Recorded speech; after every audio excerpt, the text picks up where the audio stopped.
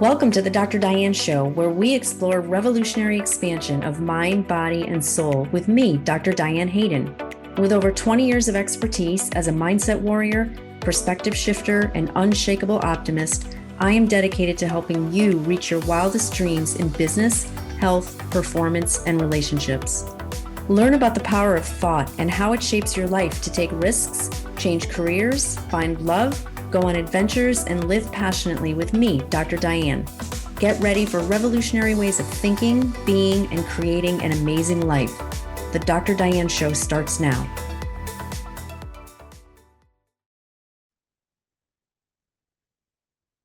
Hello, everyone. I am Dr. Diane Hayden, and you are listening to the Dr. Diane Show on Transformation Talk Radio. Stay with us for the next hour, where we will explore revolutionary expansion of mind, body, and soul. Each time on the Dr. Diane Show, we have experts from around the country discussing cutting-edge topics on longevity medicine, natural health, mindset, and soul purpose to help you shift your perspective and become a mindset warrior like me. I'm excited today to have Dr. Jennifer Letitia on with me. She's an integrative and functional medicine doctor in Stratford, Connecticut, who has developed a reputation for helping some of the most complex patients improve their health. Initially trained as a surgeon, Dr. Letitia changed her focus to helping patients with chronic illnesses and ongoing symptoms. She uses cutting-edge medicine to provide a personalized, holistic, and comprehensive approach to health that not only addresses the most significant factors that may be contributing to illness, but that also help patients optimize their physiology, nutrition, emotional well-being, hormones, detoxification, gut health, immune function, and cognition. Her expertise includes treating environmental toxicities, Lyme disease, mold, and long COVID. So welcome, Dr. Letitia. How are you today? I'm great. Thank you so much for having me on your show.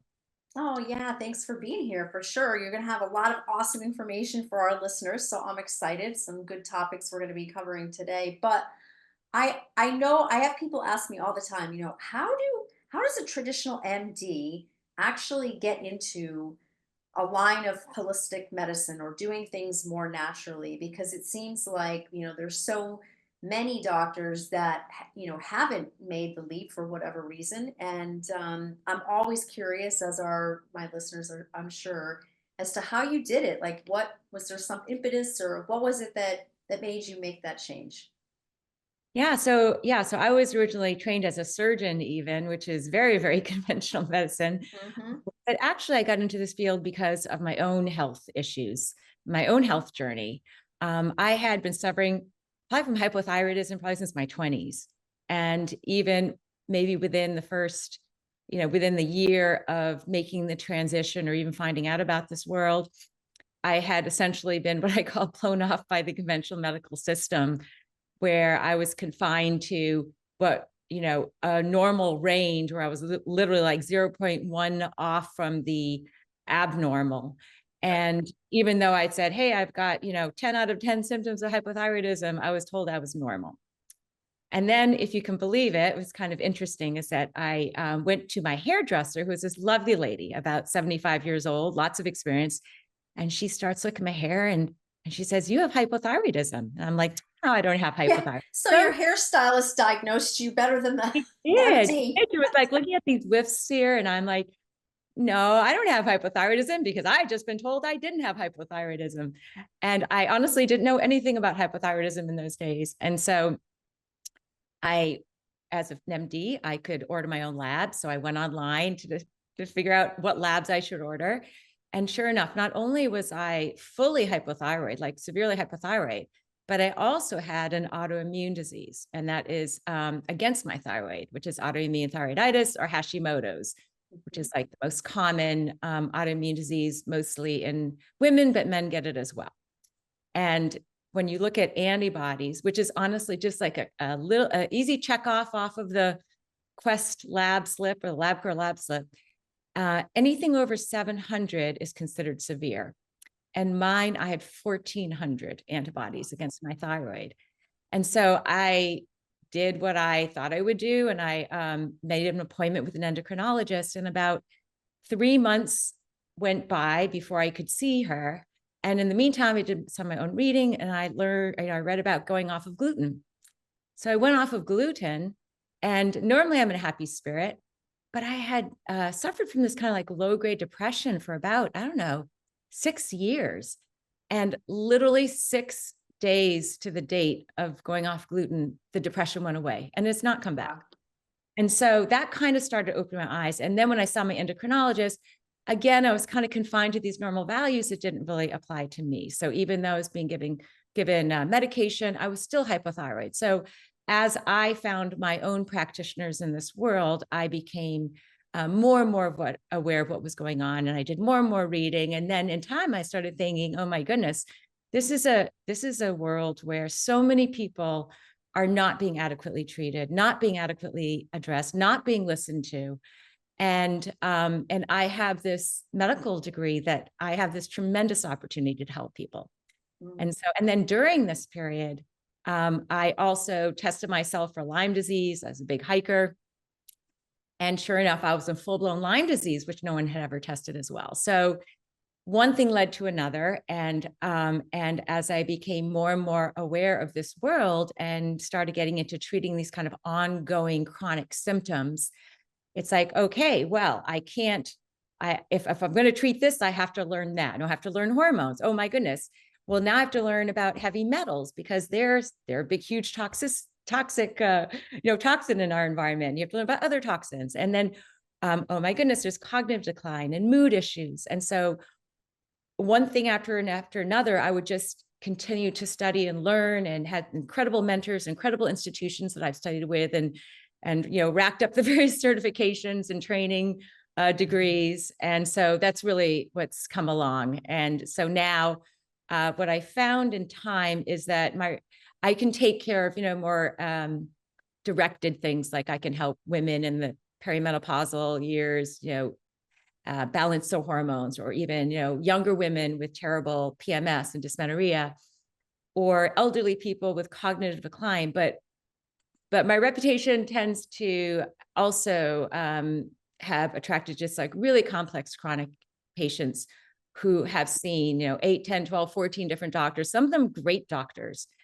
um, and that's who I think I do really well with, because I have that mind for it, and because a lot of doctors, they know what they know, and even though their knowledge is broad, sometimes they're not as familiar with, okay, incorporating hormones, which is really important, or supporting adrenals, or some of these other things. And I think that it's really important in dealing with anyone with health issues or anti-aging, but certainly complex chronic symptoms, is to deal with the body as a whole. You can't disregard mood and the brain from the gut. You can't disregard that from toxins in the environment. And certainly there's a whole slew of infectious organisms. And living in New England and Connecticut, lots of Lyme disease. And then many people don't even know about mold. I mean, the conventional medical world, what they know about mold is that it's an allergy. An allergy is like if you had, a bee sting or peanuts, and that's called an adaptive or acquired immune response, where you get an exposure and then your immune system is kind of geared up to respond, and then the next time it responds. But what a lot of people don't appreciate is mold, which isn't an allergy. I mean, it can be. You can have an allergy, but you can also have something called what I call mold biotoxin illness, which is more of an innate immune response where you don't even make antibodies to mold. And there are many people out there that this is really the underlying issue that is causing many of their symptoms, and also setting them up for things like Lyme, long COVID, or making it very, very difficult to heal from Lyme disease, even though they've been on excellent treatment protocols. It's so amazing. Like as you're talking, I'm just listening. I'm like, well, I mean, it's not it doesn't take any like rocket scientist to understand that a traditional doctor doesn't have the time to to even get it to like scratch the surface of what you've studied. It's like a whole nother medical degree in terms of like all these different tests and understanding the symptoms, and then how do you do the treatment plan and all of that. So I get it. Like, you really have to dedicate your life honestly now to getting out of traditional medicine and going down this whole new path of functional medicine, integrative medicine, and learning everything that you had to learn. And obviously, you had a really strong reason to, and that was to take care of your own health. Whereas I think, like a lot of other doctors, if they haven't had any kind of personal health issue, they're going to look at it like, oh my God, I don't, how would I even find the time? I get 10 minutes with a patient, if that. And it's just, it's impossible, honestly. Yeah, I So, mean, I am a conventionally trained medical doctor, and I have nothing but understanding for doctors that do what they were trained to do in medical school and residency and been doing for many years. And that sort of medicine is really necessary. If mhm, you have a heart attack, you want a cardiologist who knows what they're doing, what medications to use. Or if you have cancer, you want somebody who knows how to do that. Conventional medicine is really, really great at dealing with like acute symptoms and acute issues. Um, where things seem to fall through the cracks is really more of these like chronic ongoing symptoms. right. And that's because it's true. It's unfortunate the way insurance companies have come in and I think really interfered with Mhm. good medical care. But essentially, doctors are pressured to see one patient after another. And I can tell you, like, I have yet to spend less than 3 hours on a new visit of a complex patient because it takes that much time for me to understand all the nuances and their whole history, to understand what is going on with this patient. And it's not just one thing. It's often a multi-prong approach with many factors involved. And you really have to identify those. And then you have to identify, which sequence are we going to address these? What can we address up front? What do we need to address later? But what I love about functional medicine is that anyone can do it. They're essentially defined by what they can do by their license, but it's really just an approach. It's a more comprehensive approach, understanding that you have to take into account stress, you have to take into account nutrition, lifestyle, sleep, and how all these things impact the body. And one of the things that happens, and I think things are changing over time, but if you're a gastroenterologist, you might be, great at what you're doing, but you're not necessarily reading the article, the latest scientific publication in the psychiatry um, journal that talks about how gut dysbiosis causes Mhm. depression or anxiety. Right. So you are kind of confined to your world. And that world is, it's a really important world. There's so much information. I mean, there are fantastic doctors out there. It's just a different approach. And what I like about what I do is that none of it contradicts conventional medicine. It's really more complementary medicine. So what I do, I tell my patients, I'm not going to take you off your cardiac medicine. I'm going to make you better so you don't need your cardiac medicine, for Mhm. example. And Right. so Yeah. it's that approach. Yeah, and I think everything's become so specialized these days, which is great in terms of, getting to the heart of a particular issue, but at the same time then you do lose that overall kind of view of the person as a whole. And just like you said, like, the gastroenterologist is not necessarily reading anything about, the psychiatric cold protocol, and they don't talk to each other either, so it's like you lose all of that when you get that specific into one particular modality, for sure.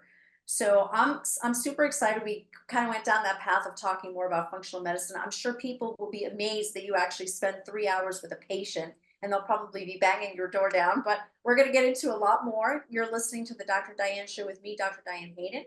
We're going to take a quick break. When we come back, we will explore more with Dr. Jennifer Letitia. Stay tuned. We'll be right back.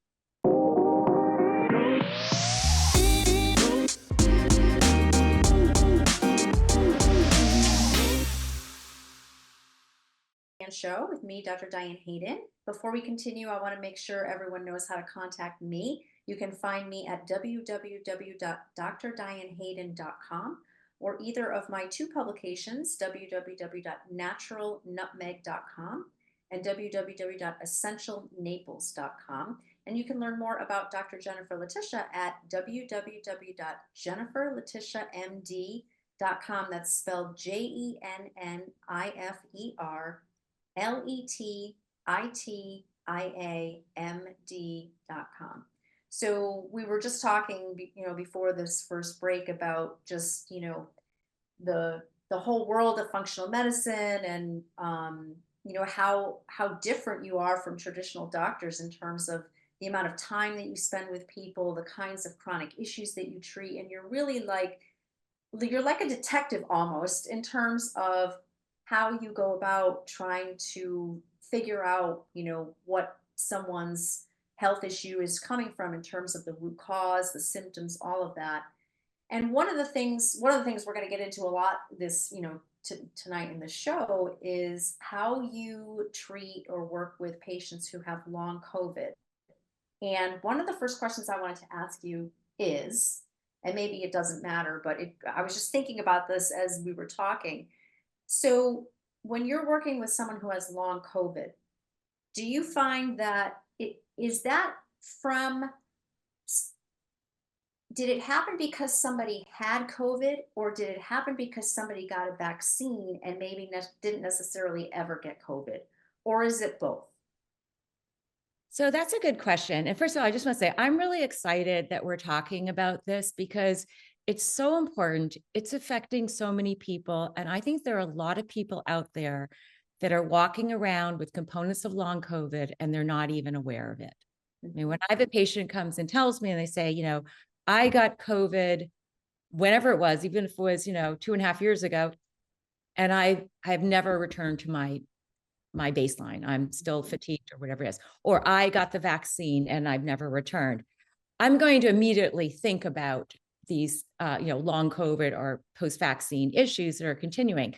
But I do think that there are a lot of people where this is going on and they're not even aware of it. And there have been studies that have looked at the number of people with long COVID and estimated that there's 5% to 30% of people who have had COVID, not even the severe ones, that go on to get long COVID. So if you think about the number of people, that's a huge number. And those aren't even the people who had severe COVID. And you can have a completely asymptomatic case of COVID or have no issues at all with the vaccine and still develop symptoms down the road. And they can develop 6 to 8 weeks later, typically, if it can take longer, it can take shorter. And it's very difficult to associate one thing with the other. And I think a very common thing that I find is that people aren't listened to.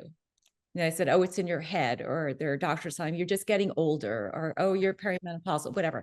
And a lot of their symptoms are really dismissed. And my feeling is every symptom's a symptom. I never will say that something is psychosomatic. And I even go to the point where I'll ask somebody, oh, really? Okay, so you're 55 years old.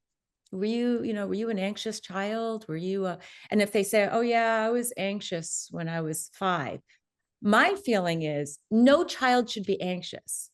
So now I'm going to start looking at, okay, why did this child develop anxiety at age 5? And then inevitably you ask things like, oh, did you have lice? Oh yeah, I did. Well, now you have to think about things like Bartonella, or, oh, were you in a house where there was, water damage? Oh yeah, we played in the basement all the time, whatever it is. So the same thing goes along with COVID and the vaccines. And to ask about, okay, one versus the other. At the end of the day, I don't get political when it comes to medicine. I don't. I let anybody have their opinion of what they want. What I do is I look at the science. And and that's what guides me. And there's plenty of evidence out there to support what I'm going to say. But basically, with regard to the vaccines and COVID, it doesn't matter if you've had one versus the other, as much as it matters, did you get the spike protein? And it is the spike protein in the body that is toxic. And so what happens with the spike protein, and by the way, if you've had multiple vaccines and multiple COVID infections or some of each, it's going to be cumulative. It's going to add up. The amount of spike protein load in your body is going to add up over time.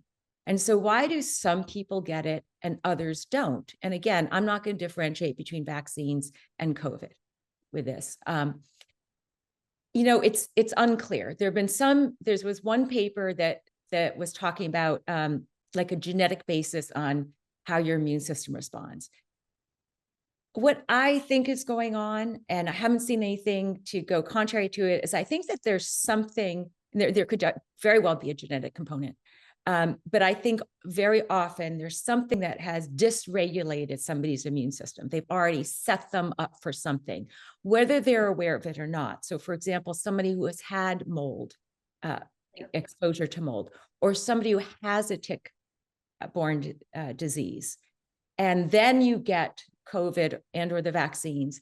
And now that's another loader in your immune system.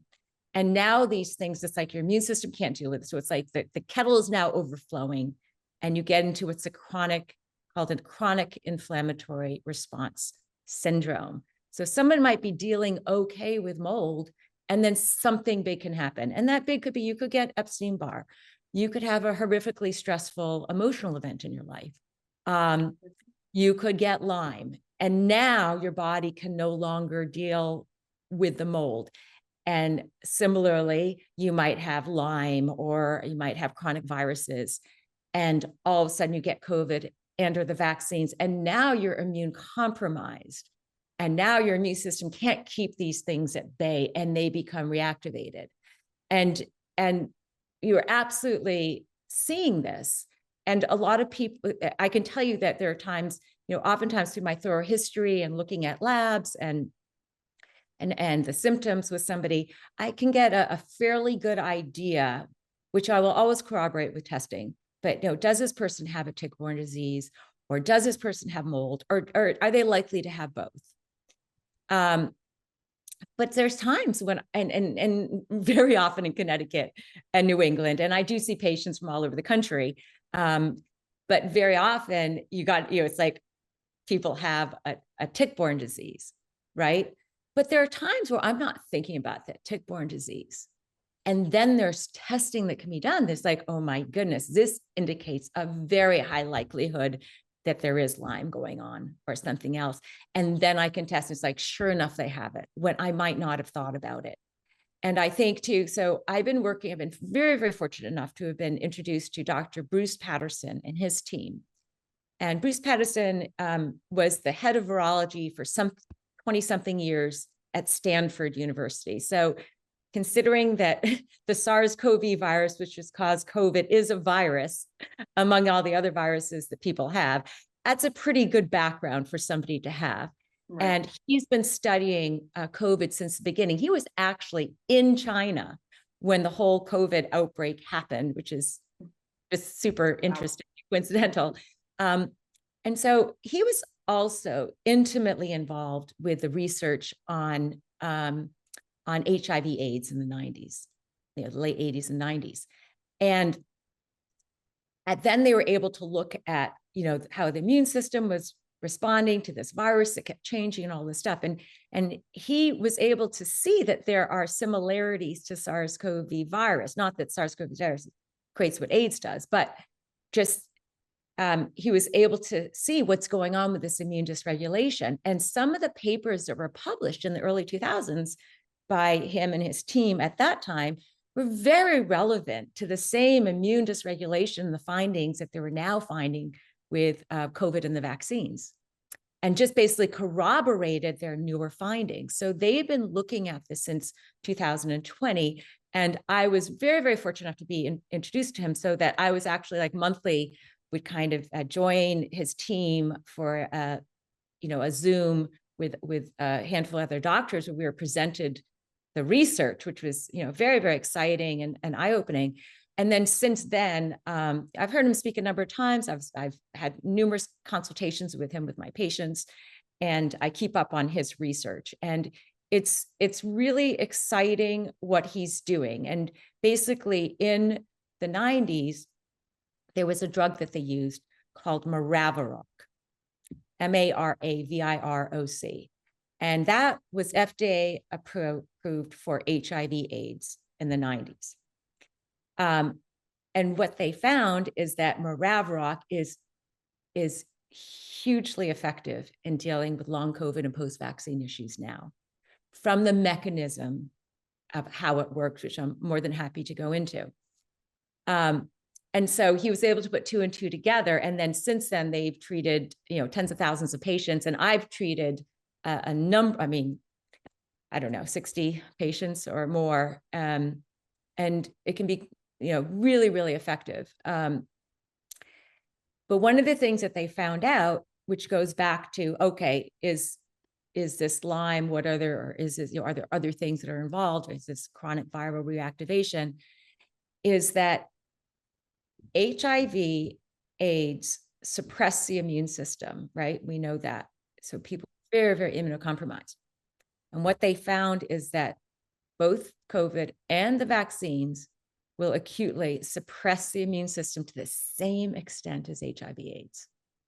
And so that's now going to allow these tick-borne disease that were maybe not causing symptoms or being kept at bay by your immune system to now become symptomatic, to now start causing issues.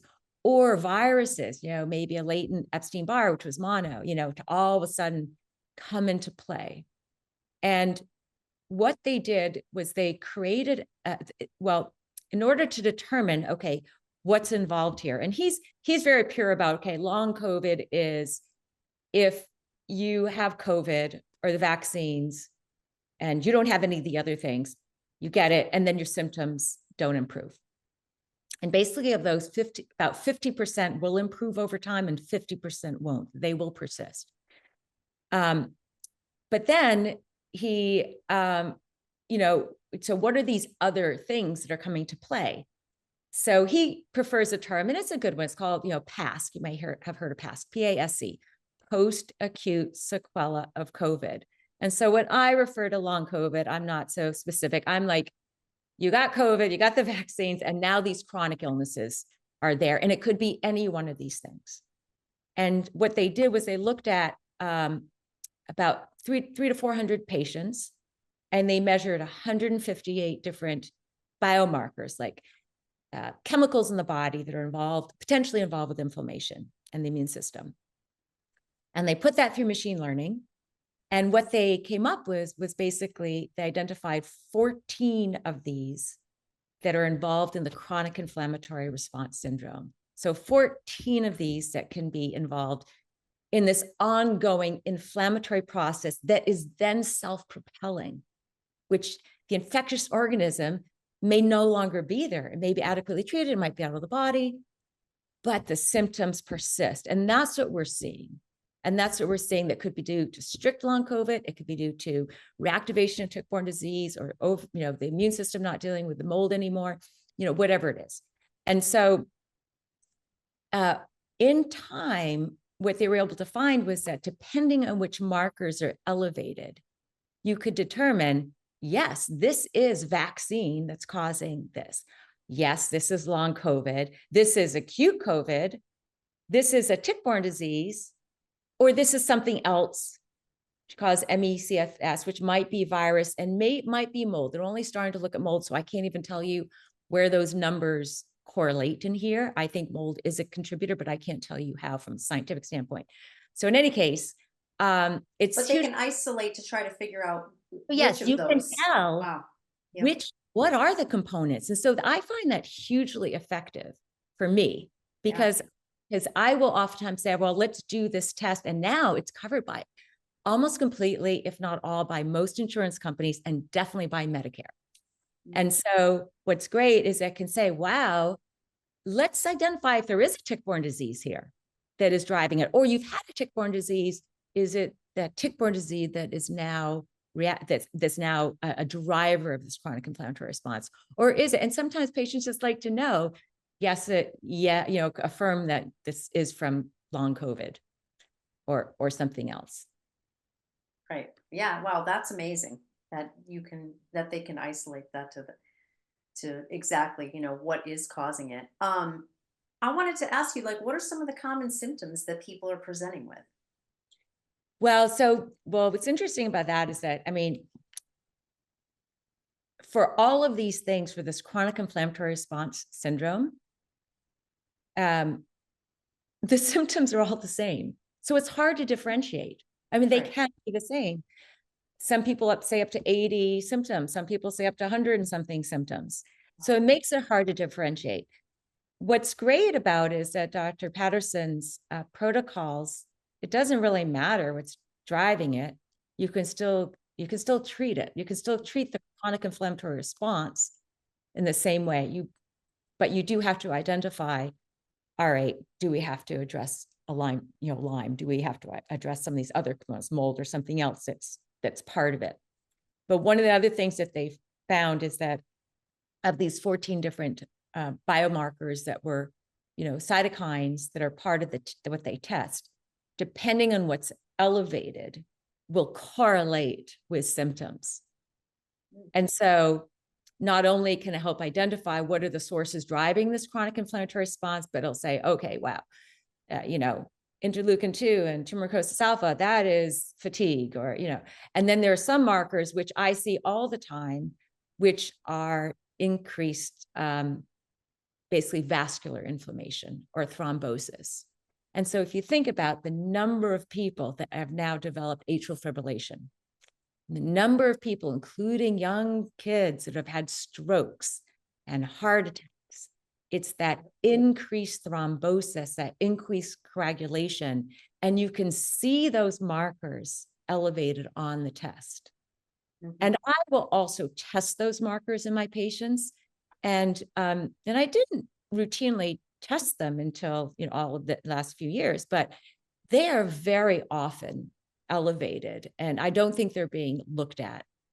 And so it's like the mechanism of how this whole chronic inflammatory response syndrome gets started by COVID, the vaccines, or tick-borne disease, and how it persists includes usually activation of platelets and also the binding of these activated white blood cells to the blood vessel walls.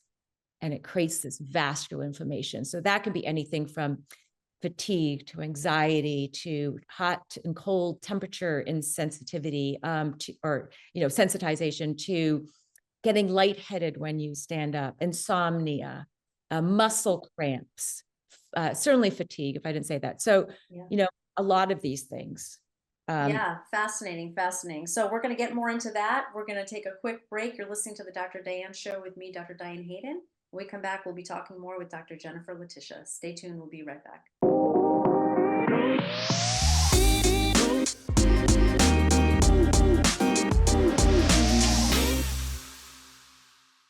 We're back on the Dr. Diane Show. I am talking today with Dr. Jennifer Letitia, and her website is www.jenniferletitiamd.com.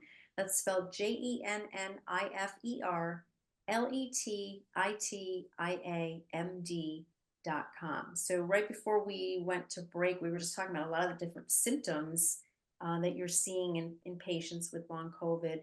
One of them specifically that you're seeing an increase in is just a lot of vascular issues with people having stroke, pulmonary embolism, that kind of thing. And it's funny, I was telling you when we were on break, I'm like, yeah, my gynecologist was saying like she couldn't believe how many people she was seeing, younger people too, that were having all these vascular issues. So it's just crazy. Yeah, so vascular issues are really a big deal. And it is one of the first components of this chronic inflammatory response that's kicked off. And what's really interesting, and this is another symptom that I didn't mention before, is that people might have like swelling of their ankles or swelling of their feet. And what I noticed was that, and just, I had a couple of vaccines and then I had COVID at least once, which honestly, I wasn't even aware of except for the testing that I mentioned before. Had markers for that. 1 week I was tired, but in any case, and I would fly across the country to go to a medical meeting and my ankles and my feet were swollen. And I started thinking, well, maybe I'm just getting old. Wow, who knew, right? Yeah. And anyway, so it was right in 2021. So COVID had been around for about a year and a half at that point. And I did the testing on myself. And who knew? I was in full-blown vascular inflammation. I couldn't believe it. And so I went on the protocol, which are 2 prescription medications. And typically when you go on the protocol, we say like adults will take like 8 to 12 weeks to get better if it's just post-vaccine long COVID inflammatory response. But if it's, if you have a tick-borne disease or something else, you have to treat that as well. But in any case, in 3.5 weeks, I felt better than I did in 6 years. Now, COVID had only been around for a year and a half. The swelling of my feet completely resolved, but also before that, I felt like, oh, and this is another symptom, that exercise, exertional, shortness of breath and feeling fatigued. I kind of would go up a flight of stairs and feel kind of winded. And I just thought I was out of shape because the gyms closed down over COVID and I started working hard, not getting enough sleep and all that. And no, I was in this full-blown vascular inflammation. And the reason, what's interesting is that not only did it resolve for me in 3.5 weeks, the symptoms, but also I felt better than I did in 6 years. Now, why 6 years? Because I've had Lyme 3 times before. So my chronic inflammatory response was first initiated by Lyme, including a vascular component, but then it was aggravated and augmented and just made much more symptomatic and much more dramatic with COVID and the vaccines. And so I think it brings huge hope to people, because there are a lot of people that say, practitioners. I went to a medical meeting recently, and it was on long COVID, and the lecturer was saying, oh, there's no test and there's no treatment. And that's absolutely not true. And this is a treatment. It's published in scientific research. Anyone can look up this data by going to www.longhaulers.com. They can actually order the test there. Anyone can look at interviews with Dr. Bruce Patterson. They're on that site. They're on YouTube. It's a lot of really great information where he explains basically what I'm explaining to you today. So this is actually like known, published, proven research that I'm talking about. And if somebody has, let's say, immune suppression going on, a reactivated virus, you have to help the immune system to recover so that you're not getting potentially fatigue and symptoms of the virus. If you have mold, you have to treat the mold. If you have a tick-borne disease, you have to treat that. And that can take a lot longer. I mean, that could take many months. So in those patients, what I find is that using the treatment protocol, instead of feeling better, dramatically better in, let's say, 6 to 12 weeks, maybe they'll start feeling better around 3 to 4 months. But at that time, I will retest. And what I'll see is that a lot of the markers will have normalized. And the other ones that are really high have come down about 50%.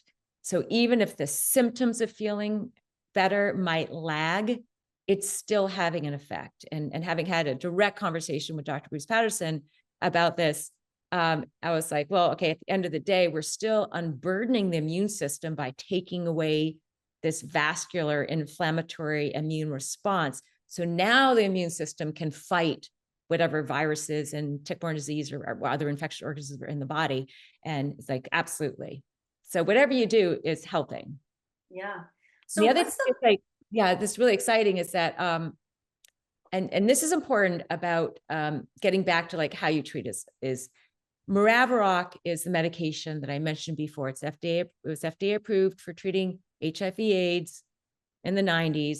It is not an antiviral, it's an immune modulator. And the reason why it works for this chronic inflammatory response is to understand it is really to understand the mechanism, which I'll go into. But basically, if you were to look at the black box warning on this Maraviroc, it's really, really scary. Although, to be fair, if you were to look at the black box warning of Tylenol and aspirin, it probably looks the same. Yeah, exactly.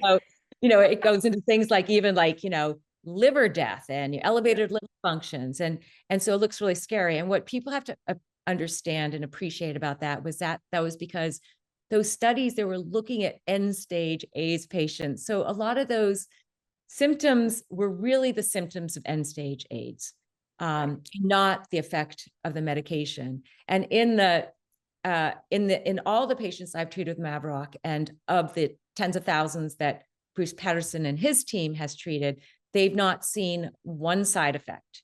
And in fact, I have seen in a handful of patients, and he has seen as well, that these mildly elevated liver function tests actually normalize on it. Wow. Which shows that, like, some people have these elevated liver function tests, and you're like, okay, why? What's going on? Well, maybe you have this component of this chronic inflammatory response is kind of overwhelming the liver, and Maraviroc helps that as well. Right. So you were mentioning the mechanism. What is that? Yeah. So to understand the mechanism, how the protocol works, I'll explain the mechanism behind this chronic inflammatory response. With regard to COVID and the vaccines, what I mentioned before was that it's a spike protein that is toxic, and we know that. There's some people that feel that if you have a vaccine, you're going to get a larger spike protein load for a vaccine dose versus an infection. I haven't seen those papers. I can't validate that. At the end of the day, for me, it is, do you have a spike protein burden in your body? Are you somebody who's been set up for this response, whether that's genetic or some pre-existing immune dysregulation? So what happens is there's a white blood cell called a monoclonal monocyte. And it's kind of like a scavenger in the body. It goes all over the body and it gobbles up the spike protein. Now, normally that white blood cell should be very short-lived, like maybe 5 to 7 days, it should die, dump the spike protein and its contents, and then macrophages and other things gobble it up, and the patient gets better. But what they're finding is that in these patients, with the presence of the spike protein, what it does is it activates the cell. And in activating the cell, two things happen. It turns off the dying mechanism of the cell. So now the cell is not dying, dumping its contents, allowing somebody to dump this toxic load and get better over time. And so this spike protein burden is also persisting over time, but also it activates these cells so that they secrete these inflammatory cytokines. And there are things like tumor necrosis alpha and interferon gamma, whatever. And a lot of those cytokines will make people feel bad, make them tired, directly affect them, create inflammation. But then on top of that, these monocytes can travel everywhere across the blood-brain barrier, and they will bind to the blood vessel walls. And binding to the blood vessel walls, it then creates this vascular inflammation. And with this vascular inflammation and the setting up of, activation of platelets, you get this kind of increased thickening or thrombosis of the blood. And that's what's going to cause these strokes, the atrial fibrillation, the heart attacks, the muscle cramps, the fatigue, the brain fog, because like a lot of these little capillaries now, they can't carry oxygen to where they're supposed to because the blood's too thick to get into them. The other component of the protocol is actually a low dose statin, typically at a dose lower than that's lower than what you would treat high cholesterol. I'm not normally a fan of statins. I was going to say, I wait, like what? That's a whole nother topic. Right. I like to treat what the underlying issues are. And I feel that high cholesterol is often a response to a number of different things that can be treated. That being said, just in understanding the research and the protocol that Dr. Bruce Patterson and his team is using that is effective, and I will give my patients the choice of using a statin or not. And when I do, I always use it with COQ10, so it undoes how statins interfere with making energy. But in any case, and only if a patient tolerates it.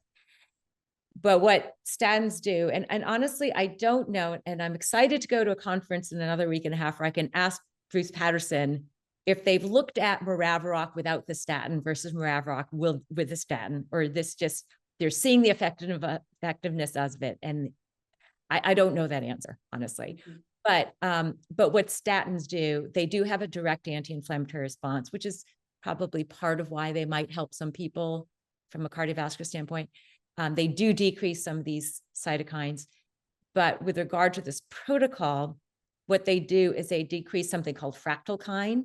And what fractalkine is they're receptors that these activated cells use to bind to the blood vessel wall. So you're basically decreasing the ability of these activated cells to bind to the blood vessel walls that creates this vascular inflammation. Also, high fractalkine levels, which statins decrease, will also prevent these cells from dying, that apoptosis, allowing the spike protein load. So that's kind of where the understanding of this mechanism with regard to COVID and long COVID. But what they found since then, and what they're directly studying now, and they're, in the process of getting papers published regarding this, is that it doesn't necessarily have to be the spike protein that is being retained by these white blood cells that then creates this chronic inflammatory response, which would explain why I felt better than I had in 6 years, right? Mm-hmm. What they're finding and what they're looking at specifically now is there a component of let's say, the cell wall of the Borrelia bacteria that causes Lyme, or a piece of the DNA that's getting retained in this white blood cell? And then that's kicking off the same response, which is why the treatment protocol can help a lot of these different branches that might be contributing to this response syndrome. Yeah. Wow, that's amazing. I love the way you explained everything. I think it makes perfect sense. You brought it down to like layman's terms, even though it's a lot of technical, information in terms of how the mechanism all works. But I mean, I got it. I think our listeners, it makes more sense when you understand it, and I think it helps people to really figure out, like, is this a symptom that I have? What could this be leading to? Why would I need to go see someone like you? So I think that was great. We're going to take another short break. You're listening to the Dr. Diane Show. We come back, we'll be talking more with Dr. Jennifer Letitia. Stay tuned. We'll be right back.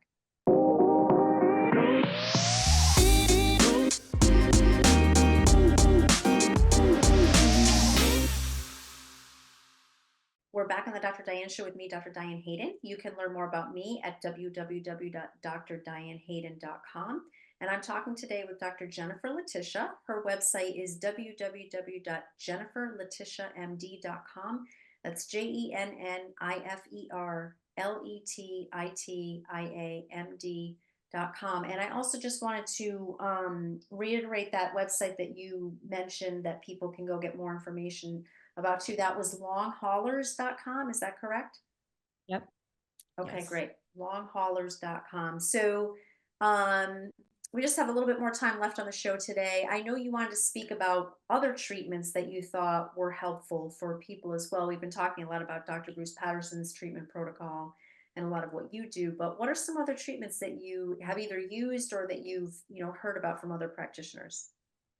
Yeah. So initially, Maraviroc was not covered by insurance. It's now being covered by Medicare, which is really exciting, and by a lot of insurance companies. And it seems like every few months, more insurance companies come on board, which is, I think, not only kind of affirms the effectiveness of it, because for an insurance company to start paying for, yeah, that's almost shocking. Hugely expensive. Yep. It's nice. It's a nice kudos to the medication and to Bruce Patterson and his team and their efforts to present the data that this is helpful. But yeah, I presented, a lot of what Bruce Patterson does, and I will use this approach in my office. But not all patients necessarily want to use Maraviroc, and if Maraviroc is not covered by insurance, it can be very expensive. For example, today when I checked, it's running anywhere from about $244 to $246 a month, one pill twice a day. If depending on the pharmacy with good RX. Without insurance, it costs about $1,800 a month. It's crazy. So There are other things that you can do that I think anything can actually, can augment what you're doing. It certainly isn't contraindicated. But there are also other protocols out there. There is one physician that I have followed that I have never met, but I have a tremendous amount of respect for him and his approach to long COVID as well. His name is Leo Galland, and he was a medical doctor, internist trained at Harvard, really smart guy. And he basically has looked at long COVID in terms of, okay, he calls it a web, where there are different branches that are involved. And there are things like, and the way he looks at the mechanism, and I don't know where this intersects with Bruce Patterson's work. I certainly don't think that they contradict each other. It's just a very different approach. But basically, his feeling is that when the SARS-CoV virus enters the body, it enters the cell, and there's something called ACE2, which people might have heard about. It's a receptor site, but there's an ACE2 enzyme that's really important for inflammation, for healing, and for anticoagulation, And so what his feeling is that when the virus comes in, ACE2 enzyme receptors get destroyed. And so you get this decreased amount of ACE2 enzyme that is so important in your body. And it's a result of this that you get the increased thrombosis, you get the increased inflammation. And then the inflammation is going to lead to the mitochondrial damage. That's like mitochondria is, the energy powerhouse of the cell. So that's the fatigue. And then it's going to cause mast cell activation. Mast cells are these very active cells in our immune system that are all over the body, and they can create a lot of inflammation and symptoms. And in any case, so there are these different components. And his approach is a little bit different, where he will use a combination. First of all, someone has recently had COVID, he'll give some things like Tolova to try to get the virus out of the body as quickly as possible. But then he'll give different supplements to basically increase ACE2. And that's things like resveratrol or quercetin. And then also address the vascular inflammation directly. And there are supplements that can do that. There's something called like vincopacetin. And so there are different supplements. And he's got a great YouTube video, which goes through all of this, honestly. It's really interesting. So I have used his protocols on patients. I'm going to say that I'm sure that they're effective. He certainly has seen them be effective and in his patients. I don't see this as quickly an impact as I see with Maraviroc. And given how Maraviroc is so safe, it really has an excellent safety profile. I've not seen any side effects. Bruce Patterson and his team has not seen any side effects in spite of all the black box warnings. And it can be done alongside anything else. The only contraindication to it is that you don't want to use what's called an azole. So you wouldn't use like a yeast medication called fluconazole. That's basically the only thing, or itraconazole, you might pause to not use it with. So I will sometimes incorporate some of these other nutrients.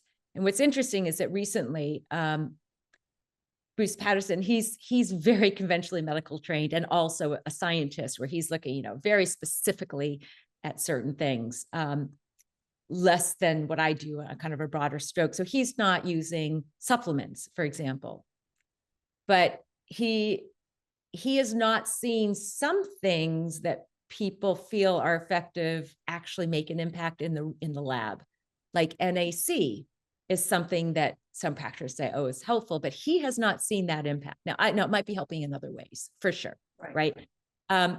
So there are other things that people have found effective, like low-dose naltrexone, which is also an immune modulator. So if you have this immune response going on, then that might help.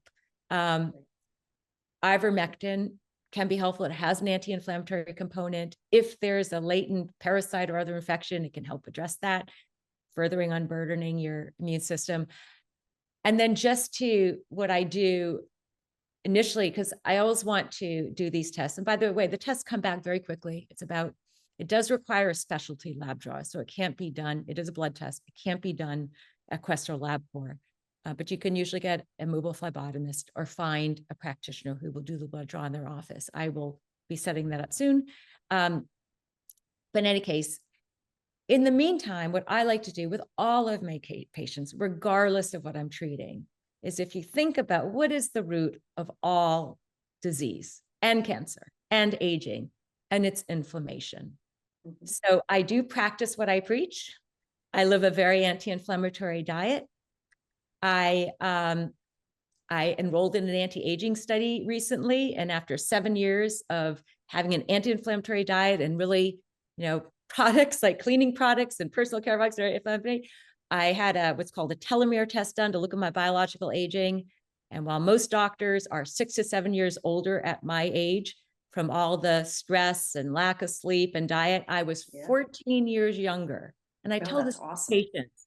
So that is the impact. Now, I was an athlete, so I do think that has somewhat, but I think it's a huge indicator. So I will have all my patients adopt, at least try to get them to adopt, at least initially, an anti-inflammatory diet where I eliminate at least the foremost inflammatory foods. I will put them on vitamin D3. There's plenty of research out there that shows that lower vitamin D is associated with worse outcomes of everything. It is immune boosting. It is anti-inflammatory. I'll put everybody on fish oil. Fish oil helps the body process toxins and mycotoxins, helps heal cell membranes. So I'll do things like that. And then more specifically, if it's a woman, I might put them on bioidentical progesterone, which can help with anxiety and sleep and is anti-inflammatory and cancer protective and cardiovascular protective. And I will also do a fairly thorough history of thyroid symptoms in everyone and test thyroid function tests. So supporting the thyroid can be hugely impactful because the thyroid will get dysregulated from all of these things, including COVID and the vaccines if you're inflamed. And so if you're hypothyroid, that's going to contribute to things like anxiety and mood issues and weight gain and constipation. And so I think that supporting thyroid, just giving, testing and if it's indicated and, prescribing a bioidentical thyroid hormone can make people feel great. So I will try to support the body, identify some of these other things and help them to decrease inflammation, help to support the body as I'm investigating what's going on. And then as I continue to treat. So this has been amazing. Yeah. I mean, like wrapping it up with everything that you did, I think was great. That was really thorough and gave people a lot of things to think about and questions to ask you if they contact you. So I want to thank you for all the great information. Again, people can find you at www.jenniferletitiamd.com. So thank you again, Jennifer, for being on the show and all the great information. Thank you so much. It's been a real pleasure. I always love the opportunity to share information that can help people get better. So thank you. Oh, thank you so much too. And I want to thank all of you for tuning into the Dr. Diane Show. Please join me the first and third Thursdays, 11 a.m. Eastern, 8 a.m. Pacific. Next time on the show, we'll be discussing more about the power of thoughts and beliefs and the impact they have on your life. Have a great weekend. I'll see you back here next time. Thank you for tuning into the Dr. Diane Show, revolutionary expansion of mind, body, and soul with me, Dr. Diane Hayden. Tune in every Thursday at 8 a.m. Pacific, 11 a.m. Eastern on transformationtalkradio.com.